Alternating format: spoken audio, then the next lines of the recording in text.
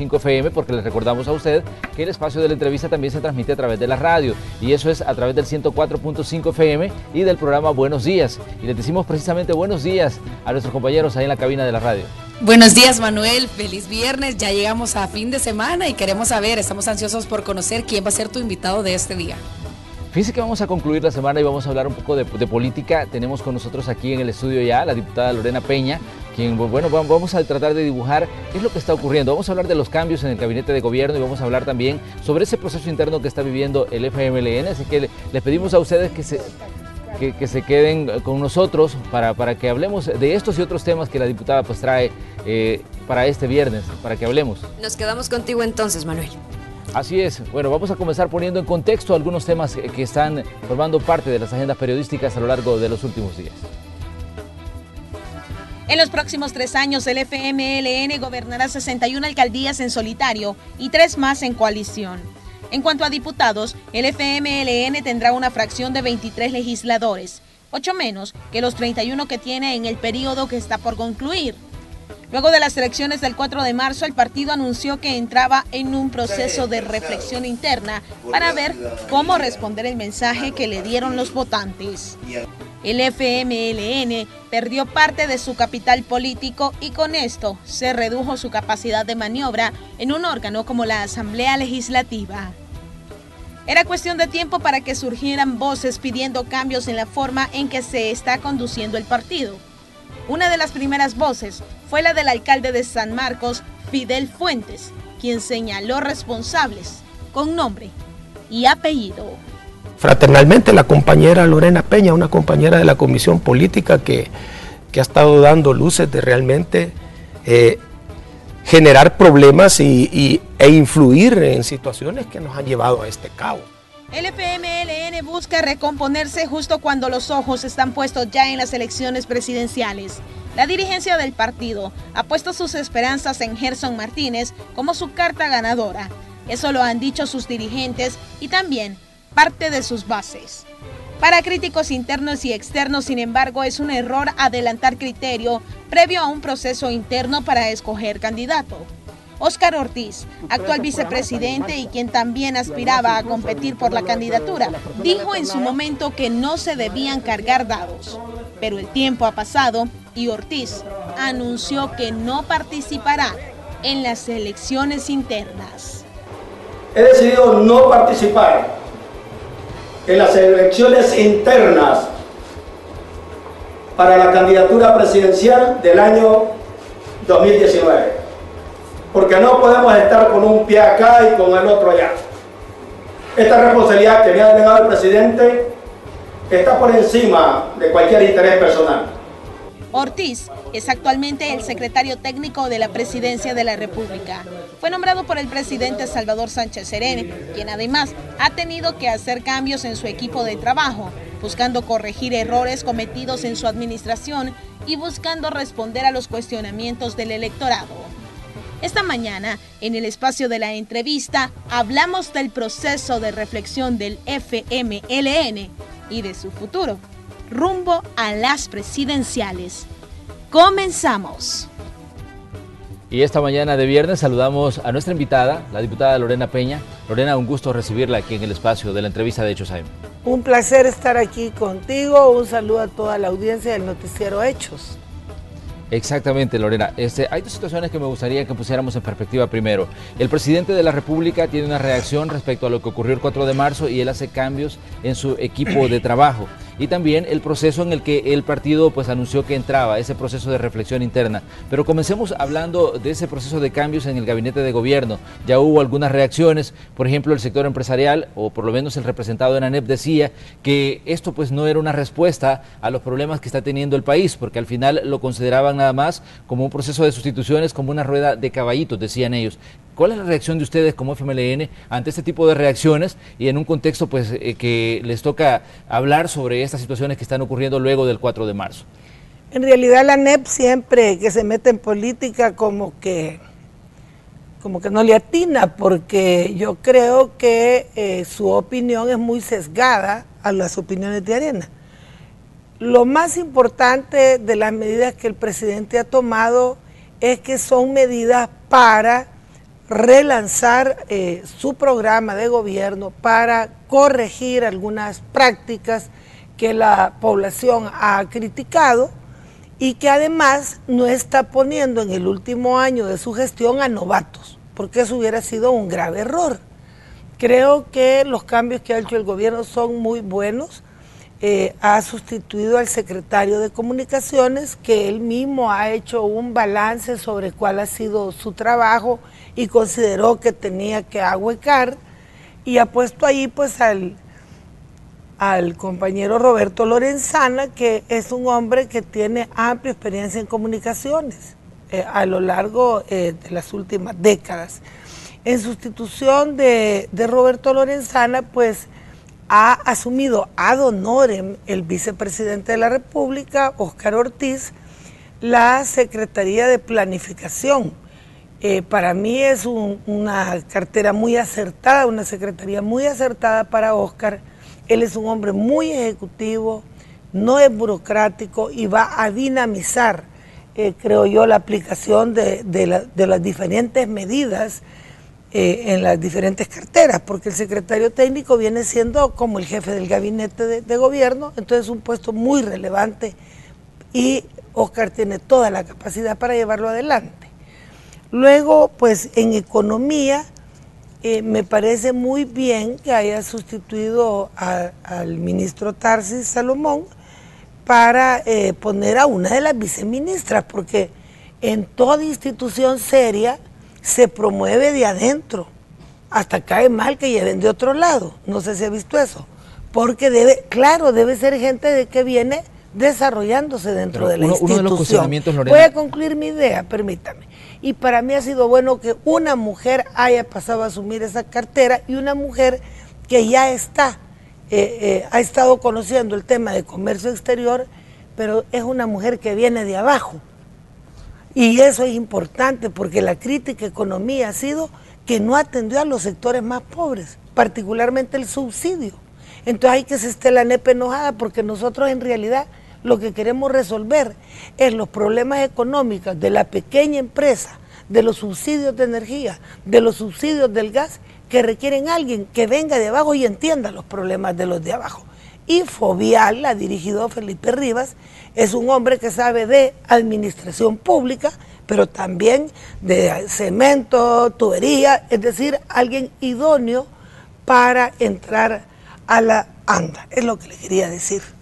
Ahora bien, uno de los cuestionamientos que se hace sobre todo en materia de economía es que decían que cómo se pone a una doctora en medicina a dirigir una cartera económica. Incluso ayer ese cuestionamiento se lo hacían a Gerson Martínez porque él tuvo una conversación con nosotros en la radio y uno de los principales cuestionamientos que le hacían los ciudadanos que llamaban y que participaban con él y le decían que cómo es posible o cuál era el criterio de idoneidad que se tenía para nombrar a una doctora en medicina como ministra de Economía en El Salvador. Mire, el criterio es que ella ha sido vicepresidenta de una de las empresas más grandes de este país por años, que es Alba Petróleo, que ha sido viceministra de Comercio Exterior con éxito estos 4 años, ha negociado varios tratados de libre comercio, ha llegado a dominar esa cancha, digamos, y el otro criterio que le repito es que viene de abajo, porque necesitábamos una ministra de Economía que entendiera las necesidades de la micro y pequeña empresa y que entendiera por qué para una familia de escasos recursos es fundamental $5 o $5 más o menos en su economía a partir de los subsidios. Entonces yo creo que no hay que tener criterios estereotipados, ¿verdad? Porque lo que se dirige ahí es la gran política económica. Es la gran política económica. No, ella no tiene que hacer las cuentas al centavito que le toca al que hace el cálculo económico puro. Y eso se lo digo yo que estudié economía. Pero sí le tocan grandes decisiones que son importantes para la ciudadanía. Ahora bien, usted nos dice, se busca impactar, digamos, la parte económica de las clases, en este caso, más necesitadas, o de las micro y pequeñas empresas. La pregunta que surge también es si el tiempo que queda de la administración del profesor Salvador Sánchez Serén es suficiente para lograr hacer este giro que se estaría dando a partir de estos cambios en el gabinete. Mire, si hay voluntad política, eso se hace, y si no hay, no se hace. Yo doy por hecho que el presidente Sánchez Serén ha anunciado que va a continuar con las medidas. Por ejemplo, el problema de los subsidios es una decisión de hacer cálculos y tomar la decisión, pues. Y prácticamente los deben tener hechos porque ya se había venido aplicando y ya se conoce su impacto fiscal. Si hay o no recursos para hacerlo, no le toca economía, sino Hacienda. Entonces yo creo que hay medidas que realmente con que dolarizaron en una madrugada, pues vaya, para hablarle de golpes de timón absurdos, crueles, profundos que hicieron en 24 horas. O sea que esos que hablan así es como para hacer aves de mal agüero, porque un giro de timón se puede hacer como lo hicieron para hundir al país en una noche los areneros cuando dolarizaron. Ahora en una noche pueden volver los subsidios al nivel normal, por decirle algo. Ahora bien, bueno, usted conoce muy bien los temas hacendarios porque es presidenta de la Comisión de Hacienda de la Asamblea Legislativa y bueno, ¿cómo interpreta usted las palabras que decía Carlos Cáceres cuando se daba declaraciones a la prensa hace solo unos días? Él decía de que el nuevo ministro tiene la responsabilidad de hacer en un año lo que no se hizo en 9. ¿Cómo se tiene que interpretar desde el público este tipo de declaraciones? Pues ahí el ministro quería asustar al ministro Fuentes, como va a ser en 9. Porque ahí sí es más duro, mire, porque para que esos empresarios oligarcas paguen, se puede llevar un siglo uno y nunca terminan de pagar lo que les toca, porque son evasores por definición, las grandes empresas que tienen offshore para evadir impuestos.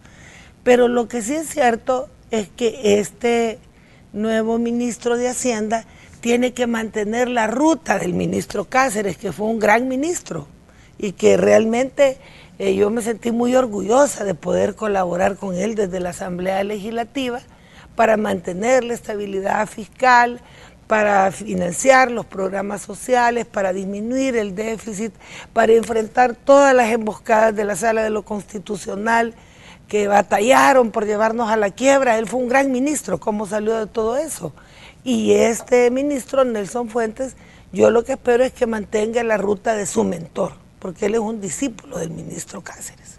Ahora, Lorena, si se sabía, digamos, del impacto que tenían en la situación de la focalización de los subsidios y todo el tema tarifario en ANDA y en electricidad, digamos, ¿por qué no se hizo antes este tipo de medidas? ¿Por qué no se tuvo que esperar hasta un resultado electoral para proceder a hacer anuncios y lograr, decían, esa reconexión entre la administración Sánchez Serén y la gente, esa reconexión entre el FMLN y la gente? Es que a la gente, hablando de la gente, se le olvida que el año pasado la Sala nos metió 800 millones más de gasto en el presupuesto y que fue el año más crítico porque a golpe de sentencia querían que quebráramos. Eso no lo puede entender todo el mundo, pero hay que explicarlo. El año pasado el plan de Arena era que quebráramos. Yo felicito al presidente de su gobierno que sacó el barque a flote. Recuérdese, primero nos invalidaron el financiamiento de la deuda de pensiones por una sentencia. Después nos invalidaron el financiamiento de las propias pensiones con otra sentencia. Y después nos obligaron a introducir 530 millones de dólares en gasto con otra sentencia, a tal grado que dejaron un presupuesto a pura sentencia que llegaba hasta octubre y dejaron a pura sentencia y colapsado incluso el pago de las pensiones. Llegó la Sala a ser tan, no puedo decir sangrona porque es muy feo decirlo, pues, pero tan irresponsable que llegó a un punto que el presidente declaró: no voy a permitir que los ancianos se queden sin pensión, ¿se acuerda? Entonces, en ese contexto, ¿cómo iban a estar ensayando a hacer nuevos gastos cuando ya sabíamos que a pura sentencia habían desfinanciado en 800 millones el presupuesto? Entonces el gobierno tuvo que ser responsable económicamente, llevar el país a puerto, aunque eso, en esas circunstancias, no fue todo lo popular del caso. Entonces ese es un punto que hay que hablar, ¿verdad? Yo pienso que Arena y su Sala no logró que quebráramos, pero sí logró con esas sentencias crear un ambiente negativo para esta elección, ¿verdad? Y dése cuenta que todavía llegamos a enero sin aprobar el presupuesto. Y todavía a esta fecha, Arena sigue, por ejemplo, boicoteando el nuevo Hospital Rosales, los caminos rurales. Es decir, ellos trabajaron y teniendo el poder de la Sala de lo Constitucional, sí lograron casi llegar al colapso al país, pero con una muy buena conducción fiscal y una buena conducción del presidente de la República y con apoyo del FMLN en la fracción legislativa y los demás partidos que fueron más responsables, el país no quebró, pero tiene estas repercusiones. Lorena, y en ese viaje de llevar al país a buen puerto, como usted dice que hizo el Ejecutivo en determinado momento, ¿ustedes sabían que esto iba a tener algún costo electoral? ¿O imaginaron que tendría algún costo electoral? Es de suponer un costo electoral, pero hay un momento en que uno tiene que ser responsable con la vida de la gente. Y para mí era de primer orden, por ejemplo, que los ancianos no se quedaran sin pensión, que no cayéramos en un segundo impago, porque eso tenía grandes repercusiones, no solo en el gobierno, y además el gobierno lo paga la gente, sino en las tasas de interés de las tarjetas de crédito, de las casas, iba a haber inflación, podía haber una corrida financiera, es decir, teníamos que ser responsables. Yo supuse que esto tendría un impacto electoral. ¿De qué dimensión? Tal vez no, pero sí fuerte, porque no es lo mismo tener cierta flexibilidad para resolver este tipo de problemas urgentes de la población que no tener ninguna flexibilidad, porque a pura sentencia te hacen de financiarte en casi el 25% del presupuesto, 20%. 2 meses le quitaron de financiamiento al gobierno, en resumidas cuentas. Ahora bien, Lorena, bueno, usted está por concluir ya su trabajo en la Asamblea Legislativa, pero ¿qué tanto se puede complicar para la administración del profesor Salvador Sánchez Serén el tener una Asamblea Legislativa con una fracción del FMLN reducida de 31 a 23 diputados? Mire, la complicación le va a llegar al próximo gobierno del FMLN, porque yo estoy segura de que vamos a arreglar las cargas y salir adelante, y además el pueblo que no fue a votar, ¿qué dice? Que peligran los programas sociales, eso dice el pueblo. Y el pueblo sabe que el FMLN es el fundador y garante de esos programas. Entonces, este gobierno del FMLN no va a tener mucho problema, sino el otro. ¿Saben por qué se lo digo? Porque este gobierno, por ejemplo, ya tiene aprobado su presupuesto. Punto 1. Punto 2, tiene una recaudación para este presupuesto. No para grandes inventos, pero para este presupuesto tiene suficientes recursos.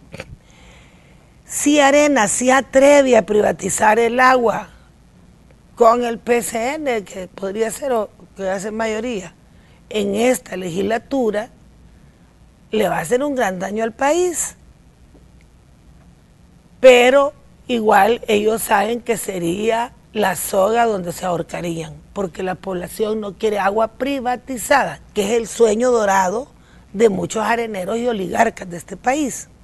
Si Arena no vota por el Hospital Rosales y los caminos rurales, sería el colmo de la mezquindad política. Y yo no sé si sería problema del FMLN, yo creo que sería problema del pueblo no comenzar el nuevo Hospital Rosales. Ahí Arena no está dañando al FMLN, al pueblo, con no aprobar los caminos rurales, ni el nuevo Hospital Rosales. No quiere dar para el equipamiento de la PNC y los centros penales. Ese es un daño al pueblo. Pero en términos generales, el financiamiento ordinario está. ¿Qué puede hacer Arena? Aprovecharse para dañar al pueblo. Pero el pueblo no es un niño que se cruza de brazos, ni el FMLN es otro niño que se va a llorar a una esquina. Nosotros vamos a estar en pie de lucha. Sabemos combatir desde gobierno, desde oposición, desde minoría, desde mayoría. Nosotros no crean que le vamos a dar agua a Arena para que haga lo que le dé la gana con la gente. Estamos preparándonos para jugar el papel que a nuestro entender tenemos que jugar, que es defender las conquistas de la población. Y el pueblo ya ahorita hay mucha movilización social preparándose para no permitirle a los areneros que vayan a llegar a querer arrebatar los activos del Estado. Entonces yo creo que se viene una situación difícil, pero de lucha. ¿Y eso incluye lucha de calle, Lorena? Claro, ¿y por qué no va a haber lucha de calle? ¿Qué no ha visto que hasta los areneros marchan ahora pues contra el gobierno y mandan a los veteranos a andar por todos lados? No sé por qué ahora, cuando es del frente, la calle es mala, y si son los de arena, ahí son la calle es buena. Lucha de calle ha habido todo el tiempo. Hablando del año pasado, una punta de lanza de los areneros fue movilizar a algunos sectores de veteranos, sabiendo que habían creado una crisis fiscal, y ahí andaban en la calle. O sea que la lucha de calle ha estado todos estos años. Entonces, Arena, cuando la lucha de calle es contra la oligarquía, que son los que le pagan, se enoja, pero cuando ellos andan molestando no se enojan. Entonces yo digo que eso es normal. Muy bien, vamos a hacer una pequeña pausa comercial. Les invitamos a ustedes que continúen con nosotros. También a usted que nos sintoniza a través del 104.5 FM. Sigue con nosotros, pues que tenemos más que conversar con la diputada Lorena Peña. Regresamos.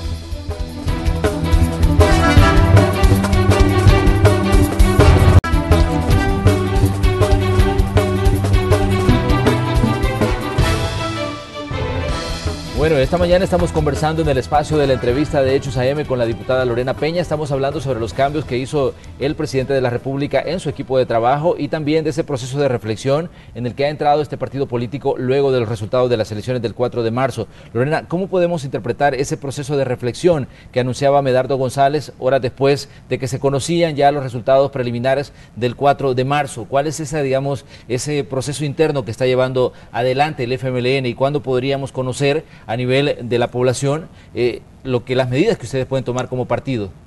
Claro, es importante decir que en esta primera etapa de la entrevista hablábamos de los problemas políticos y de las trabas de Arena, pero el partido ha analizado que Arena nunca va a ser buena gente, entonces esa no es una excusa para perder, porque si estuviéramos esperando a que Arena fuera buena gente, nunca avanzaríamos. Entonces, nosotros tenemos una responsabilidad directa en cómo llevamos adelante estos procesos con la población en los resultados. No podemos evadir esa responsabilidad como sujeto político que somos. Y es obligado ver hacia adentro, en nuestros planteamientos, en nuestros métodos, en la manera en que se desarrolla la campaña, en el funcionamiento de los alcaldes, en el funcionamiento del grupo parlamentario, ¿verdad? Porque si es cierto que el adversario genera problemas eternamente, pero la decisión de lo que hacemos y cómo nos encaminamos es propia como partido. Entonces hemos hecho un proceso de consultas muy interesantes, son como, yo calculo, unas 60 asambleas entre municipales, departamentales, sectoriales, recogiendo insumos, ¿verdad?, de lo que pasó en cada territorio, del punto de vista de diferentes sectores sociales, y eso se está sistematizando, y ahora este día nos reunimos en el Consejo Nacional para conocer de la sistematización de estos aportes y tomar decisiones. ¿Qué le dice usted a quienes pedían cambios en la dirigencia del FMLN? Porque incluso había voces a nivel externo, pero también algunas que surgieron a nivel interno del partido. Mire, lo más importante es que todo tiene horario y fecha en el calendario, dice la canción, ¿verdad? Ahorita, a 11 meses, tenemos una elección presidencial. Entonces, el partido no puede decir, miren, hoy de paso que gane Arena porque nos vamos a dedicar a un proceso de elecciones internas. Porque así sería, ¿verdad? Primarias para elegir consejo, el consejo elige a la dirección después. Entonces, no, nosotros tenemos que resolver luchando. No le podemos dar tregua a Arena, pero debemos rectificar en la lucha. Y además, la reflexión sin la acción no tiene caso.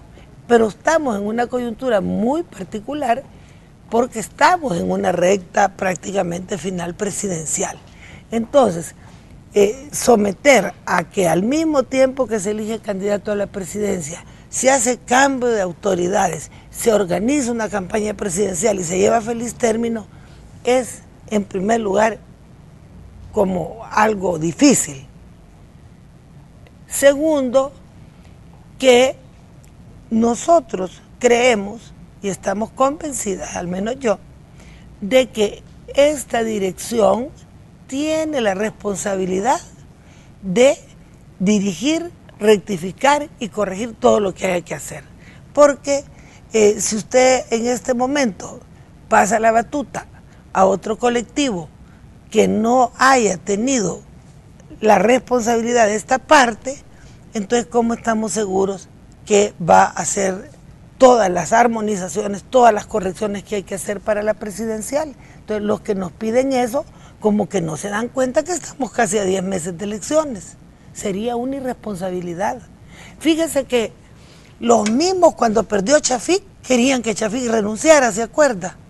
Y fueron más groseros aquellos, porque eso al día siguiente estaban gritando en la plaza que se fuera. Pero en aquel tiempo yo no era yo de la dirección, también me opuse a que se fueran los compañeros de la comisión política.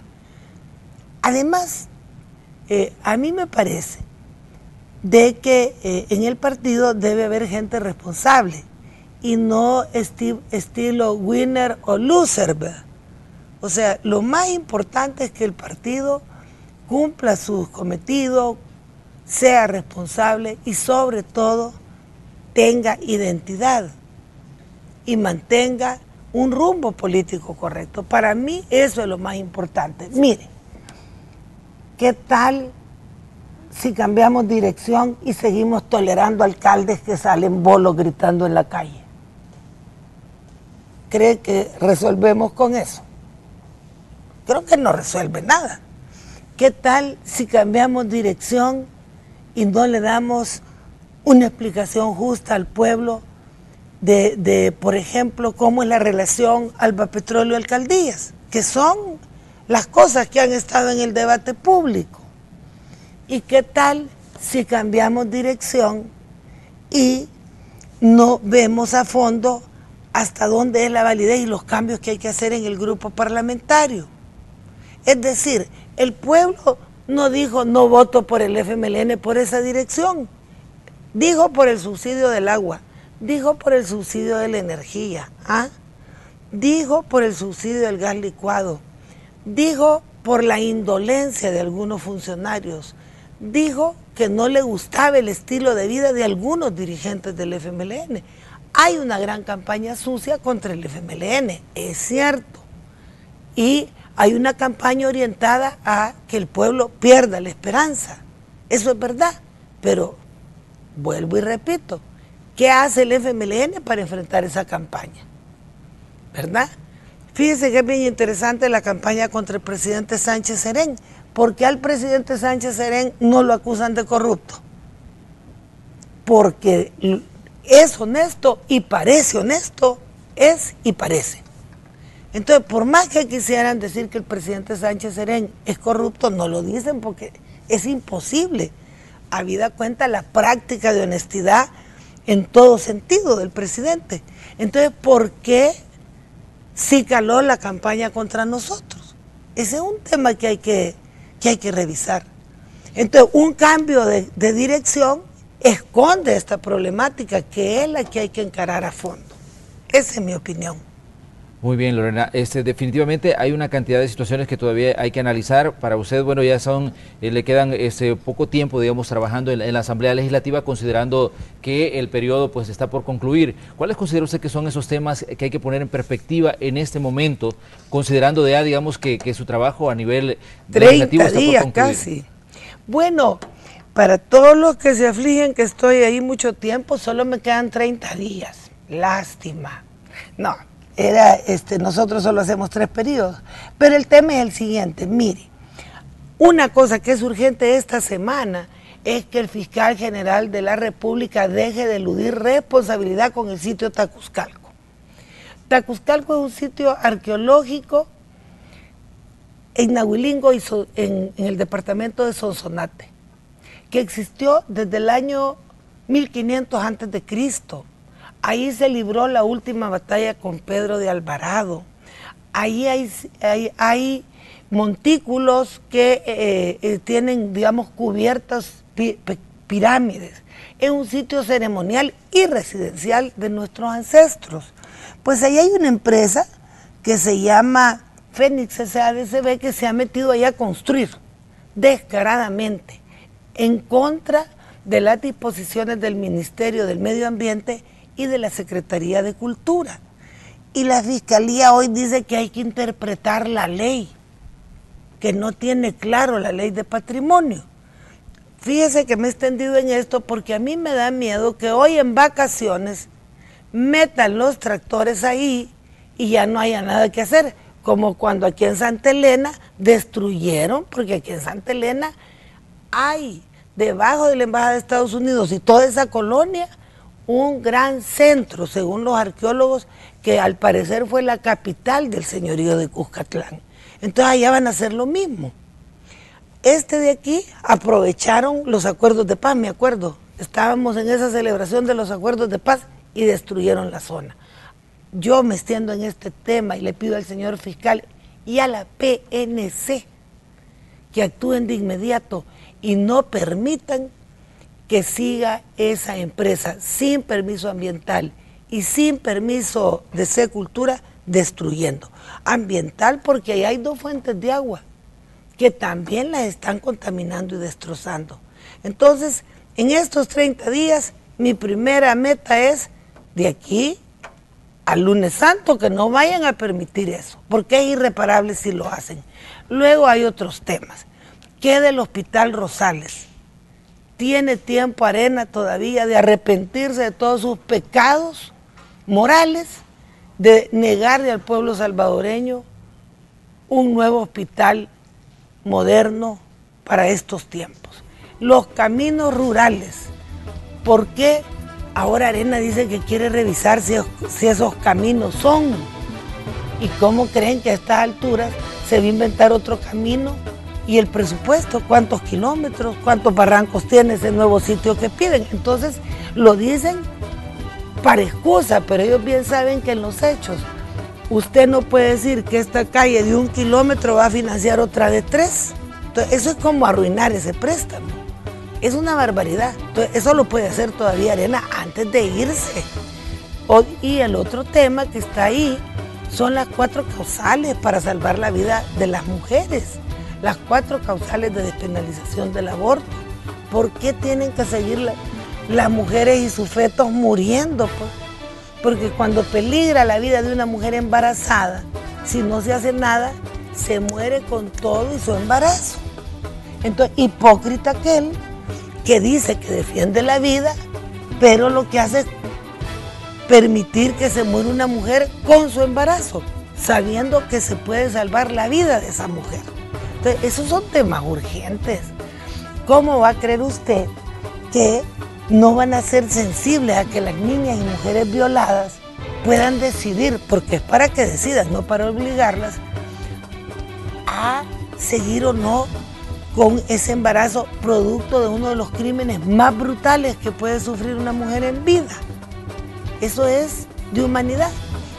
Y el otro tema, ¿por qué tienen que obligar a una mujer sabiendo de antemano que puede tener un embarazo de algo que no vive fuera del útero?